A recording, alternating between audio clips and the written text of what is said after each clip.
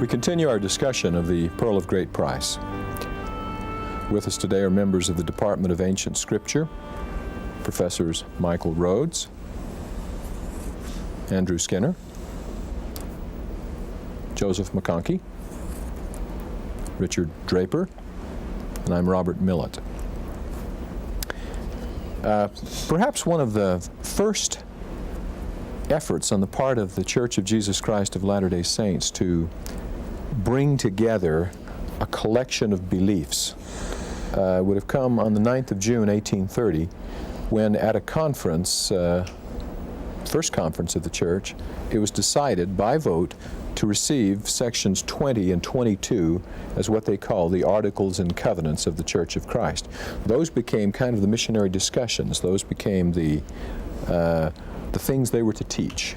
Section 20 contains some organizational matters and some great doctrine. Section 22, remember, pertained to who should be baptized or rebaptized. I know, Joseph, you've talked about the impressive things that are contained in Section 20, for example. What do you think of? Well, there's certainly a very strong emphasis on the Book of Mormon. Really, verse 5 is an allusion back to the first vision, and then with verse 6 going right down through verse 28 is a testimony of the important role of the Book of Mormon, including those that wonderful phrase, "By these things we know." And then come a whole series of doctrines. And it's saying because there was a Book of Mormon, because our faith is founded and based there, we know these great and singular truths, including, in fact, starting with that there is a God in heaven. And that's a very significant announcement. We're not saying we know there's a God in heaven because of Christian history or for some other reason. We're saying it because we have the Book of Mormon, because there was a first vision, because of the revelations of the Restoration. Okay, so you have a listing of doctrines. That would probably be one of our first collections of this is what we believe, this is what we teach. I was interested to read in the prophet Joseph Smith's preface to the 1835 or first edition of the Doctrine and Covenants the following statement: "There may be an aversion in the minds of some against receiving anything purporting to be articles of religious faith in consequence of there being so many now extant. But if men believe a system and profess that it was given by inspiration, certainly the more intelligibly they can present it, the better. It does not make a principle untrue to print it. Neither does it make it true not to print it. The church was evil spoken of in many places, its faith and belief misrepresented, and the way of truth thus subverted. By some it was represented as disbelieving the Bible, by others as being an enemy to all good order and uprightness, and by others as being injurious to the peace of all governments, civil and political." I'm interested in the prophet's description. It does not make something untrue to print it. And I really like where he says, if we can present our message in an intelligible, organized way, what we believe, so much the better. Well, too, and he's coming out of an entire historical period where they were trying to do that. In other words, it's no longer the catechism. What they're trying to do is get away from that and be able to define very succinctly core beliefs. So there's a history of this, trying to just pin it down in a way that is very intelligible for other people to understand who we are and what we are. Okay. There were several efforts through the years, as we know, to bring together a statement of articles of belief or articles of faith by such persons as Joseph Young, Oliver Cowdery, Orson Pratt. Orson Pratt had 13 or 14 articles of faith. Let's come down, though, to what we have in the Pearl of Great Price, given as the articles of faith listed there as a part of, the tail end of, the Wentworth letter. Wentworth letter written to John Wentworth, editor of the Chicago Democrat, presumably for a friend who was preparing a history of New Hampshire. Here we have, what do we know about this Wentworth letter? Let's talk about it for a minute. What do you think of when you think of the Wentworth letter? It's one of the first times that Joseph Smith actually, in narrative form, relates his history, Okay. from where he begins, and actually pushes right on through to that particular day. The history of the church over which he presided, the historical period over which he presided. Well, it begins with the telling of the first vision, and then the coming of Moroni. And I think that is a significant thing, because I think we've been given a misimpression by some that we weren't up front in the telling of that story. Of the first vision. But here's Joseph, a very natural opportunity to say, where do we stand, what are we, where does it come from? And he starts with the first vision. We're going to lay our foundation there because it rests there. And in fact, it's a very beautiful recitation of the first vision. Yes. Details there that we don't have anywhere else, including the simple detail of, they told me that eventually the church would be restored through me.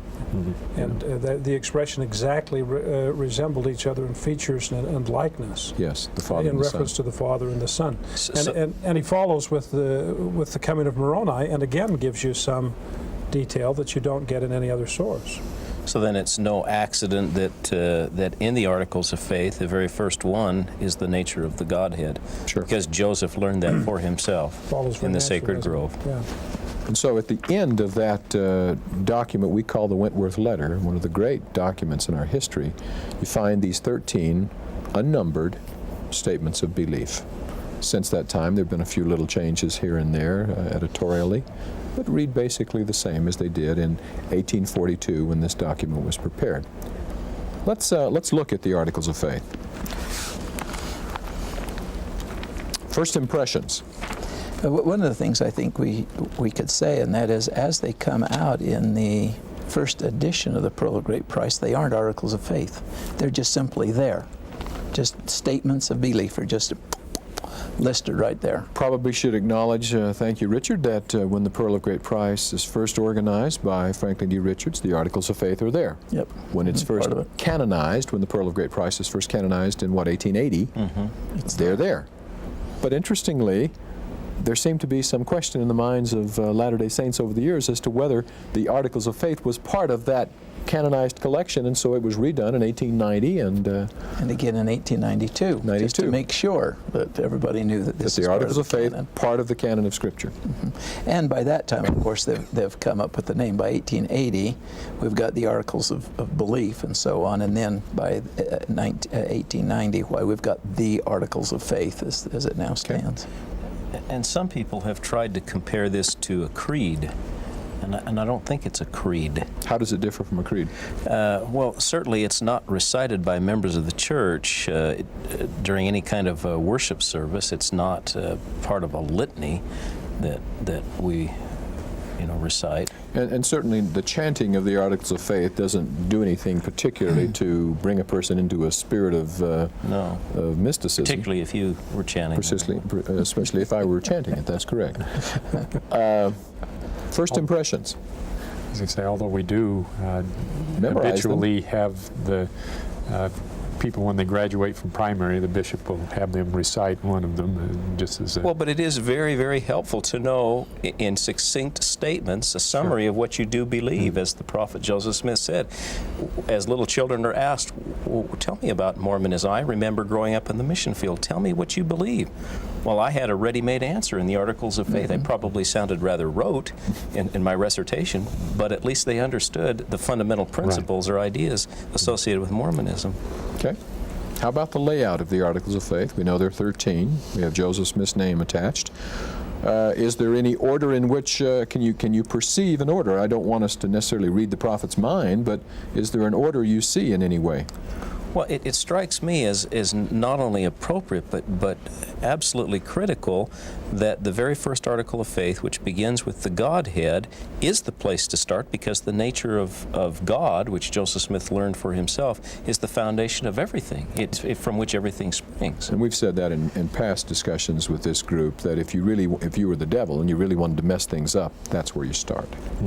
Because once you mess with the doctrine of God, you automatically affect the nature of man and the nature of salvation and of what matters in eternity, okay?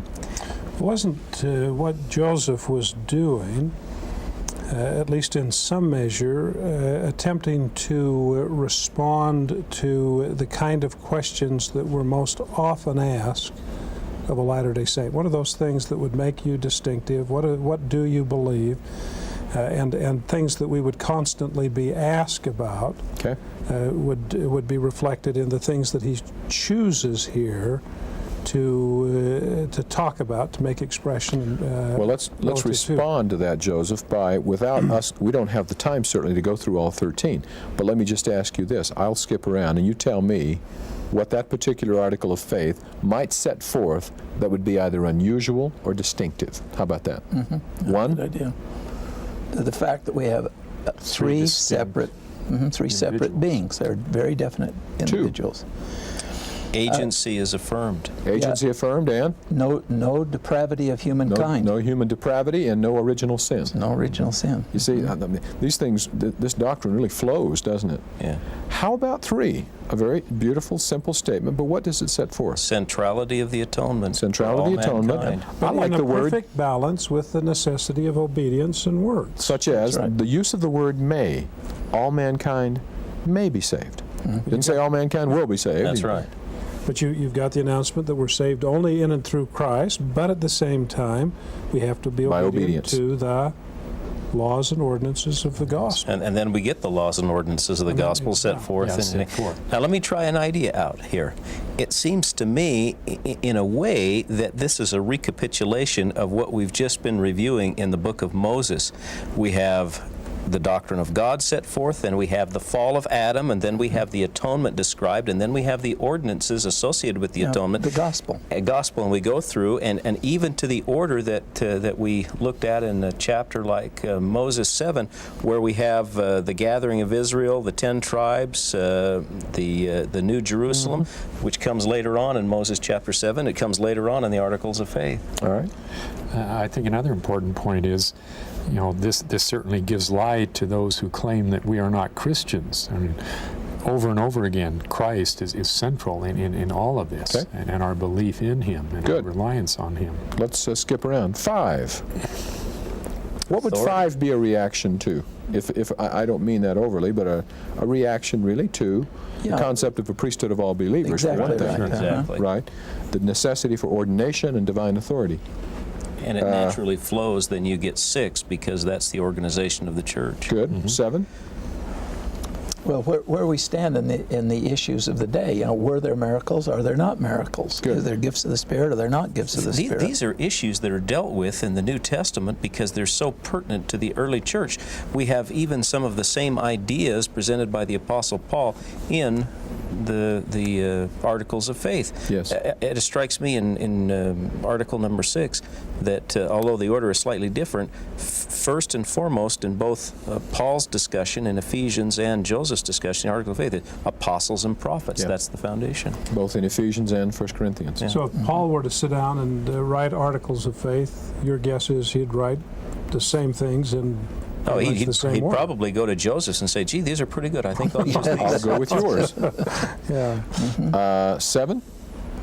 Well, again, the fact that there are miracles today. And all of the spiritual gifts associated with it. With the true church. With the true church. 1 Corinthians chapter 12. The things by which one of the ways by which a person can identify the Lord's church. Exactly. By their fruits. How about 8?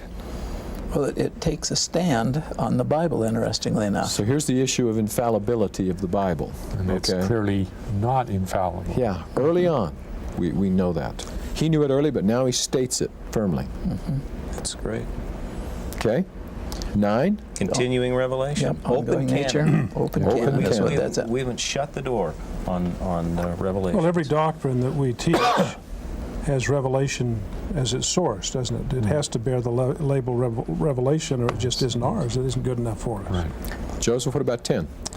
Well, again, a very fundamental doctrine, particularly to the people of that day, the idea of the gathering of Israel, that we're not writing that off as some kind of a figurative thing, that it was literal. They were in the midst of it then.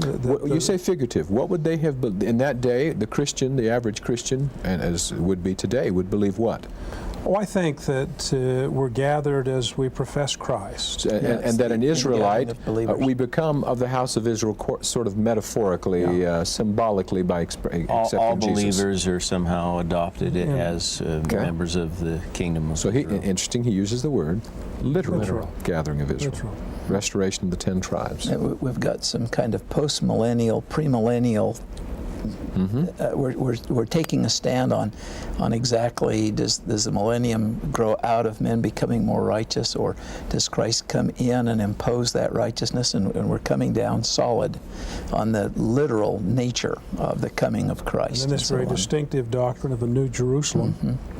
New Jerusalem and the establishment of a millennial earth, a paradisiacal earth. Which is a return to the Edenic order, referred to here as paradisiacal, and pre-fall state. 11. Freedom of worship, not only for ourselves, but for all people. Growing out of, surely, Joseph Smith's own persecutions and difficulties with the Latter-day Saints that they had faced. 12. Well, extremely important, especially again 1842, where there are already some people are having some heartburn about the Nauvoo Charter and some things like that. Seen as unsupportive of the American government. Is exactly right. Where do we stand? And so we sit it right down solid, exactly where we stand. Take the nervousness out of things. 13. Michael, what comes to your mind when you see 13? Well, certainly the letters of Paul and Peter as well. The chaste, benevolent, virtuous, all of those virtues that make up a Christ-like individual, a disciple of Jesus Christ. All of those things are what all of the things that have come before produce this kind of fruit in a person's life. If it's right, proper, good, we believe in it. It's part of our faith. So the order of events then, we establish the nature of God, the nature of the creation, the fall, the atonement, the ordinances necessary for salvation, the church to establish that with the priesthood, Scripture and continuing revelation, and we gather Israel. We enjoy on the basis of those principles. That's right. On the basis of those principles, we then establish a society which we hope is enabled to worship according to its choice, and then we expect the saints to live a Christ-like life. It's a pretty good pattern, isn't it? It is. Works out very well. Kind of a recapitulation of salvation history if you look at all of the scriptures, the plan of salvation as well. Okay. Let's ask this question. How comprehensive is this list? I don't think it was ever intended to be comprehensive. That wasn't the purpose of the whole thing. There are a number of solid gospel principles we don't see in here. Name one. Eternal marriage. Eternal marriage is not here. Pretty fundamental to Mormonism. Certainly. Resurrection. Resurrection, really fundamental. Judgment. Premortal existence. Sacrament of the Lord's Supper. And so the list was never intended to be so comprehensive that we'd bring everything, in fact, under one rubric. In fact, it could never. Why? Because it's open-ended. Well, because of number 9. Because of number 9. Right. We would violate our own principle if we said this list summarizes everything the Latter-day Saints have, do, and will yet understand and believe. Yeah. We would violate the principle. Okay? You cannot codify into one list the beliefs of the Latter-day Saints. It makes it a pretty good answer. We get teased as teachers sometime for giving more of an answer than students wanted. I didn't want to know that much about it. So somebody says, well, give us a basic and a brief idea of what Latter-day Saints would believe. Well done. Don't drown me in it. Just give me a good working idea. I've often heard you, why don't you comment on this again? I've often heard you comment about one of the strengths of Joseph Smith was the master of understatement. Yes, he was. Joseph Smith, among other things, was an honest storyteller. My father said once that he only knew 2 honest storytellers in the history of the church, and I think one was Joseph Smith, and the other he gave the honor to Heber J. Grant. But we usually improve stories and embellish stories. You look at the way Joseph Smith tells the story of the first vision, for instance, in the Pearl of Great Price account. And then you look at some of the other contemporary accounts, and they're all very brief, but they'll have different details that open to your mind a wealth of understanding, but he doesn't overtell. The same is very true of the story of the restoration of the Aaronic priesthood. You read Joseph's account, and it is interesting in the Pearl of Great Price that you have the two accounts of the restoration of the Aaronic priesthood, so that you get that in the mouth of two witnesses. You've got Joseph's, you've got Oliver's, but the language, the style, the detail that Oliver gives is very different than Joseph's. It's beautiful, but we would call it downright wordy when compared to Joseph's. Well, it is wordy, but he also tells things that Joseph doesn't tell, that aren't necessarily, if you're going to give really a disciplined account, necessary. I mean, Oliver talks about the fact that they heard the voice of the Almighty and that he revealed himself to them. Joseph doesn't tell you that. But it wasn't his purpose. He didn't feel like he had to tell you everything that happened. He told you what you needed to know. So he's very disciplined. He would undertell a story, wouldn't overtell a story. He was terse and to the point. And I think you could say the Articles of Faith are a classic illustration of that. Okay. You know, here's a question. Why Article of Faith 13 last? I mean, wouldn't it be an appropriate thing to have Article of Faith 13 first? The Christ-like life? No, because Why would you put it last? It's the culmination of what all of this produces. All of these things will ultimately produce those kinds of attributes in a person's life if they will live in accordance with them. I'm not sure that Joseph remembers this, but when he and I were reading the galley proofs that became his father's last book, his father had passed away, we were reading the galley proofs for the book A New Witness for the Articles of Faith. I remember looking with much interest how Elder McCkonkie had devoted so many chapters to certain Articles of Faith. Article of Faith 4 had many chapters, so many chapters to Article of Faith 10. When he came to Article of Faith 13, as I recall, there was one chapter. And my first natural man response to that was, bless his heart, he was dying. He was just running out of steam. And this is a big book anyway. This thing's already over 700 pages. And so he just devoted a chapter to number 13, which I thought was surely deserving of more than that. But then when I read what he said, it really touched me, because it is so true. He said, the 13th Article of Faith is in effect an addendum to all the others. It differs from them and does not call for an exposition of the various verities announced in it. But it does provide the ideal occasion to show the relationship between the great doctrines of the preceding 12 articles and the ethical principles set forth in this concluding formal statement of belief.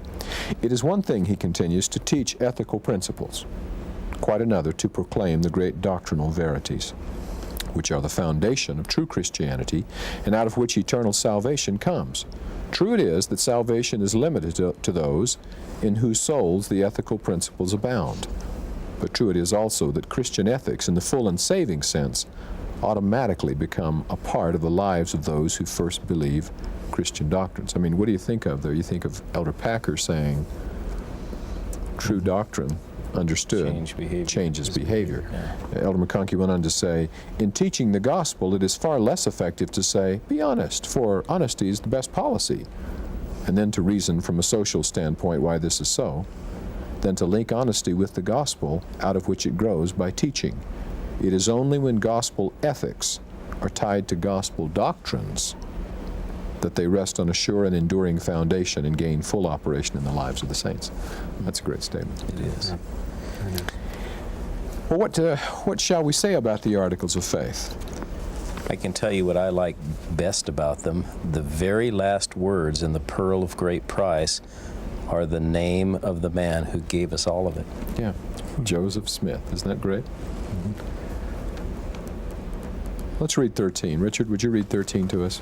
I will. Starts out, we believe I like that. in being honest, true, chaste, benevolent, virtuous, and in doing good to all men. Indeed, we may say we follow the admonition of Paul. We believe all things, we hope all things, we have endured all things, and hope to be able to endure all things. We have endured many things, I'm sorry, and hope to be able to endure all things. If there is anything virtuous, lovely, or of good report or praiseworthy, we seek after these things. This to me too symbolizes what all of our discussions in this regard point toward, which is new and modern and continuing revelation. There's just no question that these can be extremely effective in answering many questions of the honest truth seeker about what we believe. But there really is only one classic, appropriate answer to the question of the critic, and that's revelation. Doesn't matter what the issue is, the answer is revelation, isn't it? How do you account for? The answer is revelation. And I think this sort of symbolizes for me the fact that the Church of Jesus Christ of Latter-day Saints, as set forth in Article of Faith 9, is built upon, grounded in, pointed toward, devoted to the principle of ongoing, continuing revelation.